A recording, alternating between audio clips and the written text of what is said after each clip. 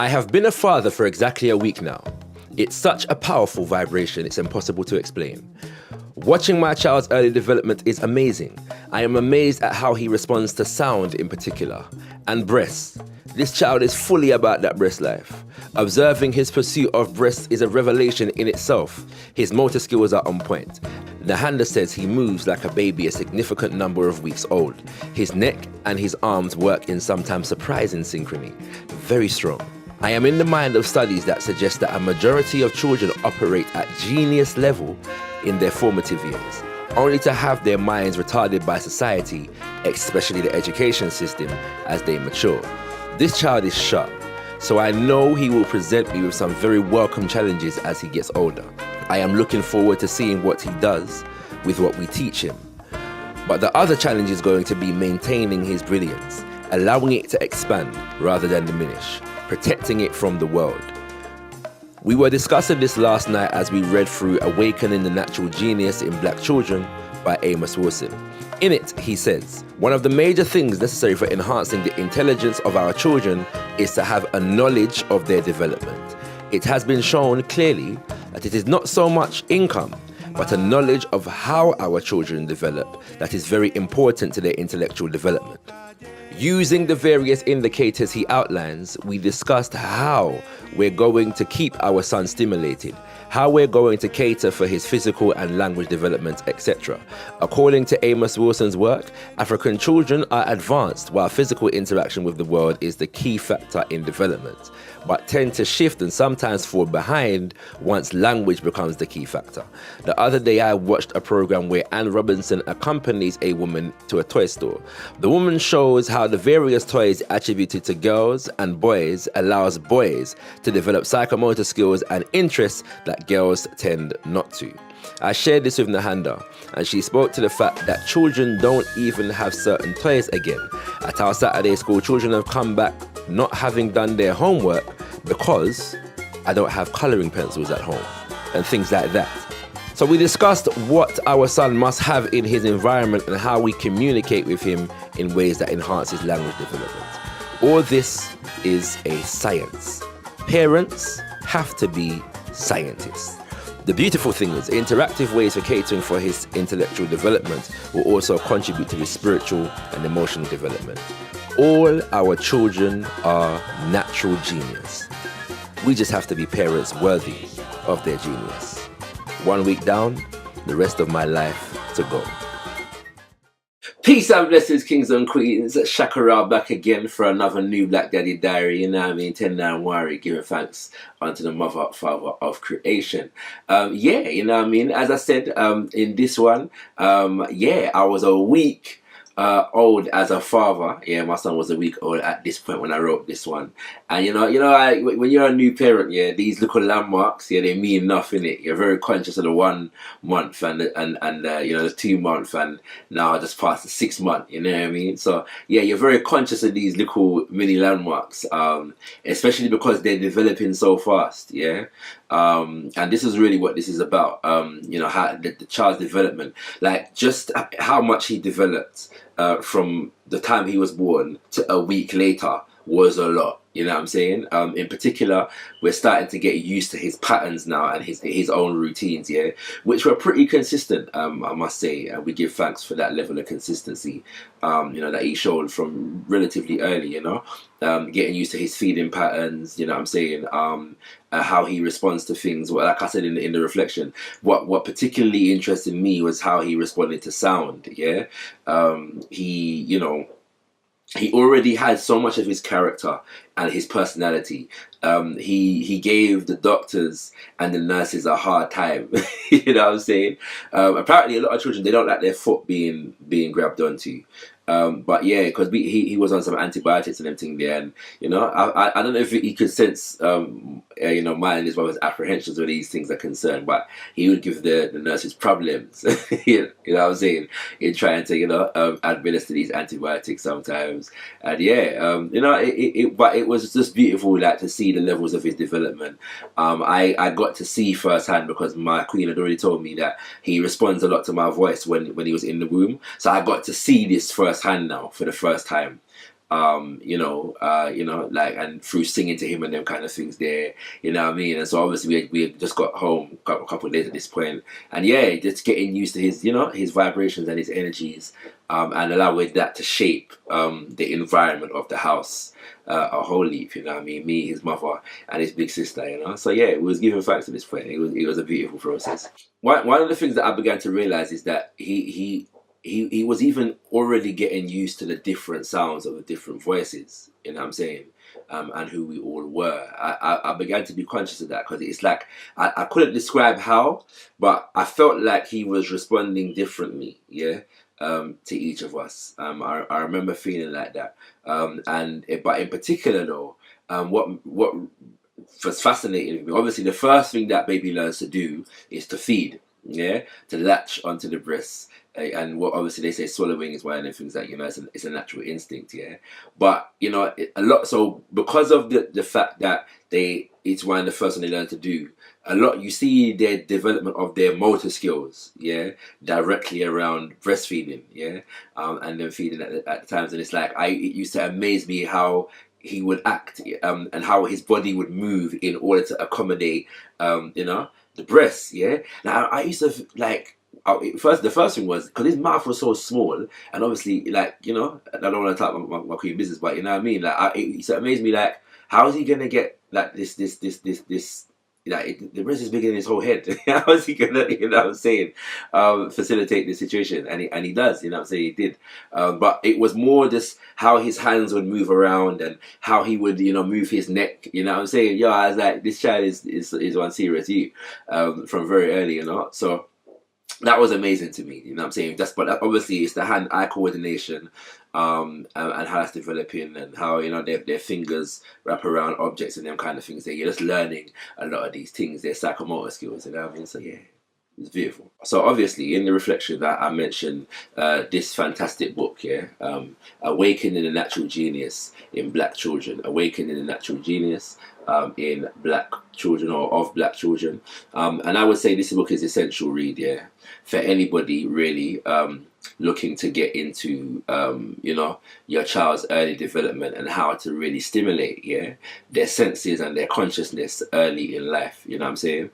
From birth, really. He deals with most of the formative years in the book, and I've quoted from it already, but in it, he gives a lot of tips and, strategies for basically developing an environment that is conducive, yeah, to your child's development.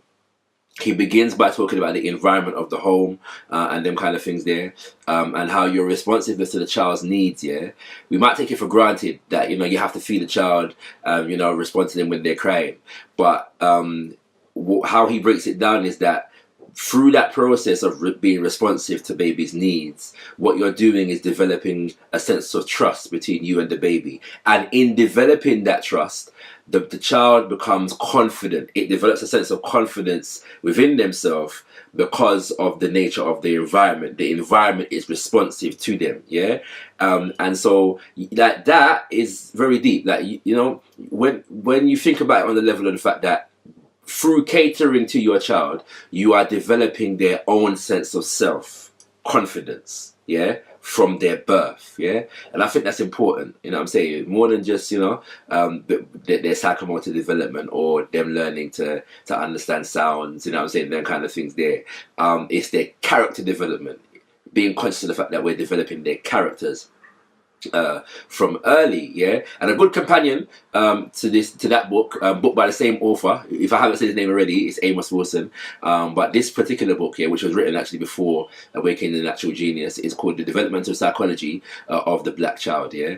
And this really does what it says on the tin, okay. It gives you an idea of how children develop, yeah. Their brain development, their psychomotor skills, language development, all them kind of things there.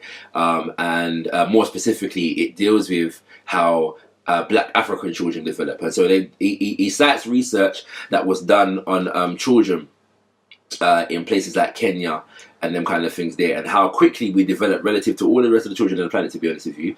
And yeah, but obviously studying these things and being able to chart my son's development as a result of the things that I had learned, yeah, it was beneficial to me. Just what I'm saying, because I was able to tailor things to what stage of development I knew he'd be at. You know what I'm saying? So if I understand that our children, you know, are usually raising able to hold up their head to a certain degree by a few days old, you know, I can judge that. You know what I'm saying? And not take liberties with it either, but you know what I mean, judge it at the same time. You know. So yeah, later on in the video, I'm gonna give you some examples of the things that we have done in terms of, you know, helping to develop our child. Yeah, and hopefully people get something from it, you know what I mean? So yeah, but we'll come back to that in a second. I mentioned this this documentary that I was watching with Anne Robinson, and it was called the Trouble with Women, yeah? And so it was really dealing with feminism, all right? But there was a very interesting part of it whereby in looking at how boys develop differently from girls, yeah? They went into a toy store, yeah, and obviously, you know, she went with I think a child psychologist or something, and they went into this toy store and they went to the boys section and the girls section, yeah. Now, obviously, the boys section full up of blue, yeah. And one of the things that I kind of fought against, yeah, is people just buying my son bare blue. I have nothing against the color blue, but there's this, yeah, I'm kind of rebellious against these westernized gender dynamics, yeah. And so yeah, there's plenty of colors, you know what I'm saying, around the place. Well, I want the green, yeah, you know what I mean. I like green, you know, like natural kind of, you know, rainforest and, you know, go into the lighter greens. And I love them something there, you know what I'm saying? They represent peace to me. I want to yellow, you know what I mean? And you know, and even red, you know what I'm saying? What to them colour there? Purple and orange and something there, you know what I mean? So yeah, like please, like I encourage people to surround your child, whatever their gender, with a range of colours, yeah? Even in terms of what they wear, yeah? You know what I'm saying? I don't understand this, why it's always got to be blue business. Nothing wrong with blue, but yeah, I was fighting against that, you know what I mean? But yeah, Anne Robinson, this documentary now. So she goes into the toy store, and this woman goes to the boys section, and there are a lot of toys in the boys section that relate to you know, being able to solve problems, yeah, or build things. You know, you got a spanner and a screwdriver, yeah. They're very tactile, very you know, orientated around developing the child's sense of agency. I am in charge. I am able to build. I'm able to construct. I drive the car. Yeah, you know what I'm saying? Them kind of things there. Them kind of toys that were in the boys section. When it came to the girls, it was all princess and fairy, and you know, so a lot of the girls' toys were developed around their ability to look pretty and nice and feel nice, you know what I'm saying? It's not necessarily developing their agency in any particular kind of way, and obviously full of their pink, yeah. And you know what I mean, which makes you wonder what Amos Wilson was thinking when with the title of this particular book right here, you know what I mean? Where he was going with the pink business, you know what I'm saying? But that's an interesting thought for another time. So yeah, but it just put me in the mind of understanding, you know, obviously the nature of the toys that children, yeah, and what it produces in them, not only in terms of their psychomotor and cognitive development, but also their characters, yeah. Because once taking it from the idea of developing a trusting environment develops their confidence, then obviously the toys that they play with also develop their characters in a particular way, yeah. So what sense of self do I develop as a result of the toys that I play with, yeah? And the best example of this is the well-known experiment with the dolls, yeah? That was done in the 1950s, I believe, and then more recently in this documentary called A Girl Like Me, that redone that particular doll test where you gave black children white dolls and black dolls, yeah? And the interesting thing in that in the A Girl Like Me documentary is that when she was asking the children, you know, which is the nice doll, which is the good doll, and 9 times out of 10 they chose the white doll, yeah, which is the bad doll. 9 times out of 10 they chose the black doll. But the key question was, which is the doll that is most like you? And the child that chose the black doll as the bad doll also chose that as the doll that represents themselves. Yeah. So, and this is early. We're talking about children that are no more than 5-6 years old.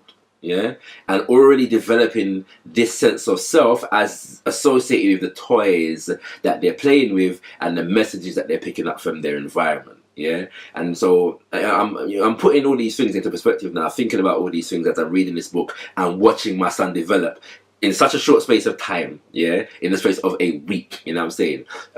So yeah, a lot of thoughts took place around that, and one of the conclusions that I've come to is that. Around the type of toys, yeah. Well, first of all, one of the conclusions that I came to was that if I'm blessed to have a girl, you know, being more conscious, yeah, of the toys or how the environment is trying to shape her, you know what I'm saying, and combating that through the toys that I buy for her, you know what I'm saying, but also in relation to my son and looking at, you know, the kind of toys that we want him to be playing with. And I came to the conclusion that I'm going to buy him a lot of scientific based toys, especially in his formative years leading up to around 10. You know what I'm saying? I wanted to get I wanted to develop a scientific kind of mind, yeah. So, you know, we're looking for toys that kind of, you know, geared towards that kind of, you know what I mean, construction and engineering, physics and them kind of things, yeah, because we can do that from early, yeah. We ain't got to wait to do those kind of things, and I think I'll touch on that in a sec. So let me get into, you know, looking at what the kind of things that we've been doing, yeah, with our son in terms of developing himself, right? So one of the things that I have been doing from since he was in the womb is singing, yeah. And this is important for me, not only because it helps to develop a bond, yeah. It's one of the ways that that, you know, my son gets to know me, he gets to feel my vibration, which you have to do as a father. You have to create the thing, you know what I'm saying? And yeah, but he learns to respond and be responsive to my energy. But also it's very cultural for me, yeah. So most of the songs, all of the songs, in fact, I don't sing in nursery rhymes. Yeah, in fact, one of the statuses that I put around this time wasn't a full reflection, so I won't go into it deeply. But I said I don't sing my son lullabies. I chant him Nyabingi. Yeah, you know, and I meant that very literally. Like, I don't sing him, Ring a Ring of Roses, and, you know what I'm saying, Twinkle Twinkle Twinkle Little Star, and I don't sing in them tune there, yeah. I sing in songs that reaffirm our culture, yeah. And so early, there's a lot of songs that I learned when I was doing African dancing with Imashi, yeah. And big up Auntie Ngozi. As a child, we used to do African dancing with Imashi, and so we learned a lot of West African folk songs, and one of them is one La Wenche, La Wenche, La Wenche Lori, La Wenche. Yo, in fact, you know what? Now that I'm singing this, I have been looking, yeah, for the meaning of this song, the meaning of the words to this song, yeah, for a long time, yeah. And I discovered the words on the internet some time ago, but not with a meaning. And I did see something that suggested that it's something to do with birds, yeah. I don't know if that's true or not, but if anybody watching knows this song, La Wenche, La Wenche, La Wenche Lori, La Wenche, I believe it's from Ghana, yeah. My understanding is that it's a song from Ghana, and there's another part that goes ABC Dio, ABC Dio, oh malata, oh malata, oh La Wenche, La Wenche, oh. You know what I mean? So yeah, forgive me if my pronunciation is in any way off, yeah? And I have no shame because we're all learning. And yeah, that is a beautiful thing, you know what I'm saying? To be able to learn African language, particularly an Akan language for myself, because of the fact that my ancestry is Ashanti. But yeah, please, if anybody has a meaning for that song, I would be, you know, most eternalistically grateful if you could share that with me. You know what I mean? We give thanks. Another song, yeah, that I sing in quite regularly is Nkosi Sikeleli. This is now going to Southern Africa. It's a Zulu song known as the African anthem. Nkosi Sikeleli Africa, malupa kamisu pondo wayo, iswai mitandazo yetu, Nkosi Sikelela Tina Lusapo wayo, You can find that song anywhere on the internet. Yeah, it's you know what I mean. Yeah, search African national anthem or South African anthem or Nkosi Sikeleli, which I won't spell, but you know what I mean. Just check it out. It's a beautiful, beautiful song. But the whole point of that is to get him used to hearing languages, yeah, from the continent. I don't speak any language from the continent fluently as yet, yeah, but I think it's important for him to hear mother languages, mother tongues, yeah, from early to get that vibration. The other thing that we're going to be doing, though, as a part of that, is we're as a family learning to speak Tree. Yeah, as I said, my ancestry is Akan, and or at least partly Akan, and our daughter, my partner's daughter, her father is also from Ghana, Akan, yeah, and so as a result of this, it's a beautiful way for her to be able to learn her own language as well, and for us to learn the language as a family, so that by the time my son gets to 2 and that, in the family we're already speaking Tree, at least semi-fluently, so he could pick up the language. I studied language at college, and we learn about, children are able to learn 2-3 different languages as a part of their development quite easily, yeah, and able to differentiate between the 3 different languages. You know what I'm saying? So I giving my son a language from early is one of my goals, and I'm working towards achieving that at the moment. The means to which we're going to achieve that is through a brother by the name of Obadele Kwame Kambon, who is living in Ghana. He's actually a PhD in the Akan language and doing a lot of work in terms of how to apply Tree to science and technology and scientific and technological concepts. You know what I'm saying? So that's important. You know what I mean? Other than our songs directly from the continent, there's also, must put in, you know what I mean, our African retentions in Jamaica, yeah, songs like "Long Time Yeah Me Never See You," "Come Make Me Hold You," and there's the one there, "Mosquito 1, Mosquito 2, Mosquito Jumping at Kalaloo." So all these songs I sing him, you know what I'm saying, as a for his own development, but also his cultural development. You know what I'm saying? These things are very important. There's another one. I come me this, I come me this, I come. And we no want no botheration. I was when I'm ball enough, we sing that one there. And then there's the Naya Bingi chanting. You know what I'm saying? I don't care what dirty Babylon say, what they say have I, 'cause I'm fighting for Rastafari to set all Africans free. I have blood and fire angel. I have trotting home to Africa. You know what I mean? These are the songs that I sing, my son. You know what I mean? Them songs they for learn. You know what I mean? So yeah, that's part of it as well. But also, I look at him a lot when I sing to him, you know what I'm saying, so that he sees the movement of my mouth and I express the words to him and them kind of things there. But because they mimic your expressions from very early, or they study them from very early. And one of the things that my son does a lot is that he touches your face, yeah, he touches your face and then grab up your beard and your lips and you know what I'm saying. That's what he does a lot. So when he's doing that, I sing to him at the same time and give him some more oral, visual stimulation and these kinds of things. That which brings me to my next thing is just looking at the baby, yeah, and making faces. Them things there. Sometimes I think people used to, before you become a parent, you wonder why people do them shit for this day. Look at the picnic and that's shit for this day. But these things, it's giving them visual stimulation, just what I'm saying. And then obviously they learn to respond, to however you look, you know what I'm saying. You'll find different things that you do cause them to smile, and then you'll start to see those smiles turn into laughter and them kind of thing. Like if I play with my son's foot, he always laughs, it's a mad thing. You know what I'm saying. So that's 2 of the things. So that one of them singing and giving them visual stimulation via your facial expression. And you'd be surprised how much, even how when you're talking to them, they start to mimic from it very early. If you can pay attention, like a couple months, 3 months and that, they're actually starting to try and imitate the sounds that you're making. And you can have full interactions with them, you know what I'm saying, whereby you're imitating them and they're imitating you. You know what I mean?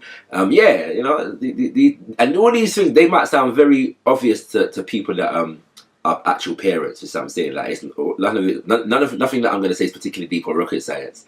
But yeah, we can't assume that everybody knows. So hopefully somebody gets something from this. But really, I'm just sharing the kind of things that we do. The other thing is a whole heap of floor time. Yeah, a whole heap of floor time. Getting obviously when they're learning to be able to sit up properly. You know what I'm saying. You can lie them down. My sister-in-law, she bought me what was it? Like a mat with a mirror on it, yeah, so that he can look at himself in the mirror. And we put bare things around him, you know what I'm saying? Once he can sit up by himself and them kind of things there, so he can reach for things, and grab them up. Everything must go in the mouth, my lord. It's amazing how much babies learn through putting things in their mouth. Everything must go in the mouth, and he's one of them children that is like that, you know what I'm saying? So yeah, but yeah, it's just how they learn.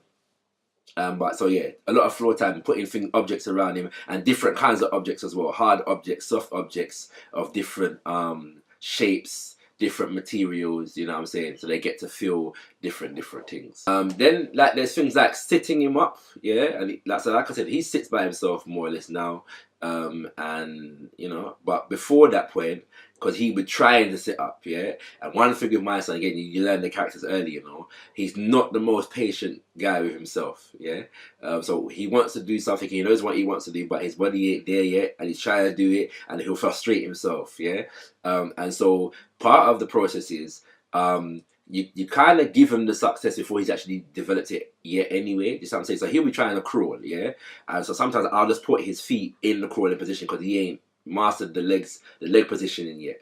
He knows what he wants to do, but he just hasn't mastered how to do it yet, or not strong enough to be able to get on his knees yet. So put him on his knees, yeah? And he'll probably do one, and that's it, it's over. But that, he's had a little bit of success. And so again, that develops his confidence, you know what I'm saying? Sitting him up and, that kind of holding his hands. But from that, you can also judge their head, yeah? There was a time when you sit him up and his head is like this. Because he hasn't learned to balance his head yet. And then you see that starts to slow it down, right? It moves less until they're able to balance, yeah? Their head. His favourite thing at the moment is to stand in his cot and hold on to the bars, yeah?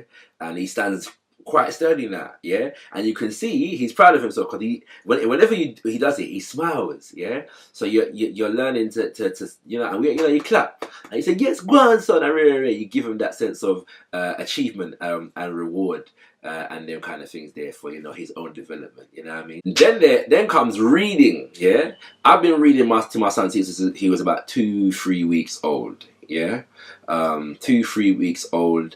And one of the things I started doing is that because sometimes, yeah, one of the things with my son is that he's not one of them babies that you can just leave alone, yeah. There are some babies that you just leave them for a while, they're fine, yeah.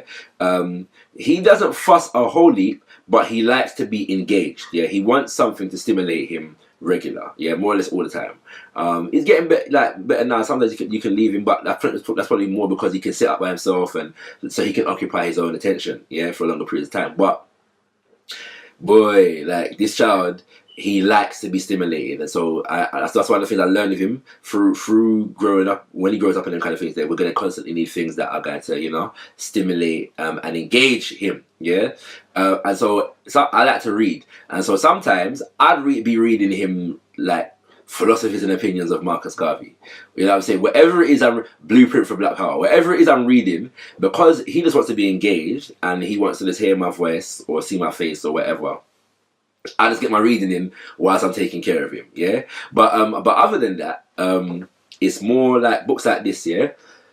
When somebody got us one of these books here, Numbers with Bella, yeah, by Lorraine Ogaro, and Alphabet with Bella, yeah. And so obviously these are books for early learning and them kind of things there. You take them through their 1, 2, 3s and ABCs. And the reality is that obviously when they're at these ages, yeah, you're not trying to develop their sense of phonetics, yeah. You know what I'm saying? They're being able to visualize and recognize letters in terms of their sound, yeah. It's more and studies have shown that children are able to do what is called word recognition before sound recognition. So if they know what the word looks like, they can say it. Yeah, if they know this, you know what I'm saying. So that is what two looks like. They can say two. You know what I'm saying? So you get that in this book, and of course, obviously, the book is culturally reinforcing. First of all, yeah, you can see there's an image of a nice, beautiful African princess, you know what I'm saying, there. And we love that because we're not taking no chances with them something there, not leave nothing to chance. My opinion, if you know what beautiful African woman and princesses look like from early, yeah, that is supposed to inspire, and you know, these are the things that he's supposed to aspire to, you know what I'm saying? That's supposed to reinforce his sense of who he is. But obviously, the cultural appropriateness as well, you know what I'm saying? We've got him a little drum. You know what I'm saying? Which I put him on the other day as well. But yeah, you can see, you know, 3 African drums and them kind of things there. You know, the princess is obviously natural. You know what I'm saying? Nice Afro puffs there. You know, all these things matter to me anyway. You know. You know, you have things like, you know, 5 coconut, you know what I mean, and you know what I mean. So it's culturally appropriate, well illustrated, beautiful color vibrations and them kind of things there. You know what I'm saying? 7 pyramids, you know what I mean, and them thing there. And so what you do is you say, point at it. Oh, wrong way. Sorry, hold on there. Yeah. So 7, yeah, or 7, yeah, and you say that to him. 7. Open your eyes up wide. 7 pyramids, and then you count the pyramids them, you know what I'm saying, like 1, 2, 3, 4, 5, 6, 7, you know what I'm saying, like they're not taking all of that, but it's still part of their learning, and they're getting the pictures. And obviously what happens is, from reading developmental psychology of the Black Child and Awakening Natural Genius, is that repetition it is, well, even throughout, repetition is how we learn, innit? You know what I'm saying? But they start to remember, yeah, the sounds that they've heard before.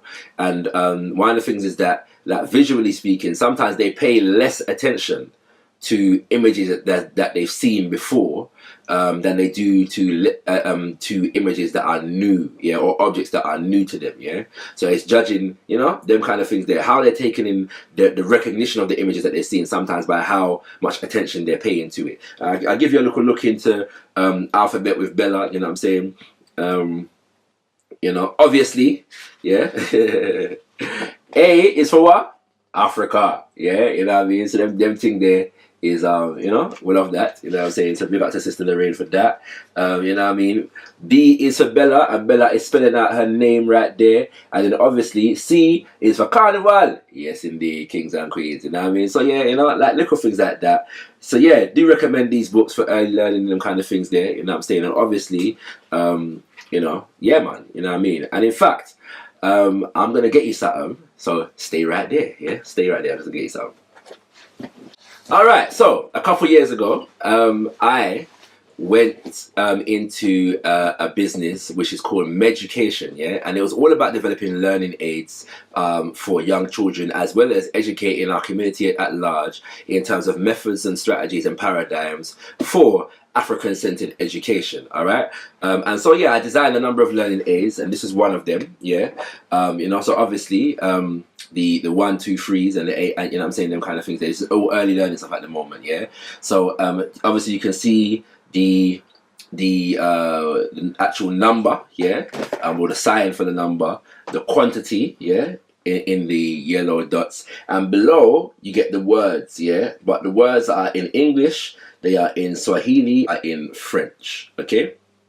You know what I mean? At the bottom here you have the characters, you know what I mean? Baba Imhotep, you know what I'm saying? You can see Baba Imhotep down there saying, be a genius and learn your numbers, you know what I mean? So, you know, these are the kind of things, so yeah, these are the all aids that I developed myself. They've been off the market for a while, so I've just got them back. So I'm just taking an opportunity to just fling them in at the video, you know what I mean, so people can see them. I'll only show you a couple of them, the ones that are most pertinent to babies, you know what I'm saying, and there's 5 of them at the moment though, but this is one that deals with the ABCs, you know what I'm saying, A, B, C, D, E, F, G, and them thing there, so they can learn their alphabet, you know what I mean, and then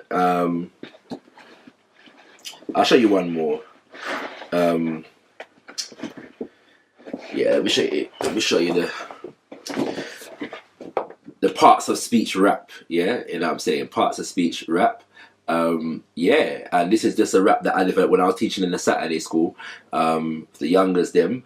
We clap our hands and now we sing. A noun is a person, place, or thing from what we've seen and what we've heard. An adjective is a describing word, and so on and so forth. You know what I mean? So if you want to get them, I'll put the website in the video. Meducation.com. Meducation.com, kings and queens. You know what I mean? To get some of these learning aids. But yeah, I do give thanks for being able to reproduce them. You know what I mean? And get them back out there on the market, and give thanks for the feedback for all those who have got them and told me that they're very, very good, you know what I mean? So we give thanks, yeah. So yeah, you know, these are the kind of things that I'm going to be doing with my son. Well, from now really, 6 months old, and so yeah, so hopefully, you know what I'm saying, when he gets to one and starts to talk more, you know what I mean, he'll be already familiar with these numbers and how they sound, these letters and how they sound, them kind of things there. Finally, is talking to the child, yeah. This relates, yeah, and I'm gonna tell you, yeah, I come from a talking family, and my partner, yeah, well, sorry, all our family are talkers today, and you know, so my son is 9 times out of 10, like, you know, 99.9% chance he's gonna be a serious talker, but as much of a talker as I am, yeah, if when this child develops, yeah, his talking ability is, a lot of that is going to be attributed to his mother, yeah. The reason why I say it is because the levels of conversation, yeah, that she can have with this child, yeah, is amazing to me, right? Like this, she can have a full-on conversation, yeah, with the, you know what I'm saying, the month-old child, yeah, like, and not break, like it effortless, just, and the conversation goes on and it develops, yeah. I have not reached that level of expertise yet. I talked to him enough, you know, yeah, but the level of seamless flow of conversation, I ain't reached there yet, you know what I'm saying? But he responds to it, you know what I'm saying? And so just talking to him, yeah, he's not going to understand everything you're saying, obviously, but, you know, this is important though, because one of the things that I read, in Awakening the Natural Genius of the Black Child is the fact that black children are often ahead, yeah, of all other children in from 0 to 3, when, you know, psychomotor development is key, yeah. They're learning very much through their tactile, you know what I'm saying, relationship with the world. But he says that because at age 3, 2-3, your interactions with the world are increasingly through language, yeah, that's where oftentimes through studies, yeah, it shows that black children begin to fall behind. This is for a lot of different reasons. One of them is to do with the extent to which we don't treat English as a second language, yeah, because oftentimes we were learning English as a second language because standard English was not spoken in the home. Yeah, and so we go into educational environments whereby they're speaking standard English, and we're having to catch up, yeah, and learn, you know, the cultural modalities of standard English. You see what I'm saying? You know, and then there are all the cultural biases that come with that. So that's one reason, okay. But another one is in the sense of language requires like conceptual thinking, okay. And so he goes into this an explanation of how the society that we live in retards our ability to speak, to think conceptually, and only relate to what is directly in front of us. You see what I'm saying? What we directly, you know, have to relate to. And so, yeah, but so speaking to him just like in that way, I see as very important. You know what I'm saying? That's why the songs are important. Reciting him poetry is important. You know what I'm saying? And him listening to music, my lord, yeah. Having on the point of music, I have to big up Miss Lou, yeah, because my son, he's very specific about the music that he likes. When he likes it, he stops crying, yeah. When he's not in it, like literally, like there is not a time, yeah, since he's been born that if you play him Miss Lou, long time, yeah, me never see you, he don't stop crying. Yeah, he absolutely loves her singing voice. Yeah, so let's pour a little libation for Miss Lou. Yeah, give thanks for you know, give it pride in our patois. Yeah, and we're Africanness. You know what I mean? Because yo, my son is definitely feasting off of your legacy at the moment. But yeah, even outside of Miss Lou, he's very specific in terms of the music that he likes. You know what I'm saying? Burna Boy, he loves Burna Boy at the moment. You know what I mean? And so yeah, you know, like, and then we got a lot of like I said, folk songs and the kind of things that we play him. You know what I'm saying? But he's very responsive. Like he knows what he's hearing, and he know like his musical taste is very refined. Yeah, you know what I'm saying? He knows exactly what he's on and what he's not on. You know what I mean? So yeah, all these things are important. So that, but again, language development from early. Do you know what I'm saying? And yeah, this video is probably a lot longer than I expected it to be, but I hope again people have gained something from it. You know what I mean? This early learning development thing is something that I'm very on. You know what I mean? And being on it from a scientific point of view, being very conscious of how my son is developing and how we want him to develop as well. You know what I mean? So yeah, would love to hear from other parents in terms of the things that you're doing with your own, you know what I mean, or did with your own to develop them in, you know, from 0 to whatever age in their early learning. And I do appreciate it. You know what I'm saying? Once again, feel free to check me out at meducation.com. I've got some new learning aids in development as well. You know what I'm saying? The flashcards that I'm trying to get out, you know what I'm saying? So yeah, but the early learning words, flashcards and them kind of things there are the next major thing. There are also a couple of other wall aids that we're going to be doing as well. So I look forward to seeing you down there. And I give thanks, and I'll see you again soon for another new Black Daddy Diary. Give thanks for watching. Peace and blessings. Tenda Mwale.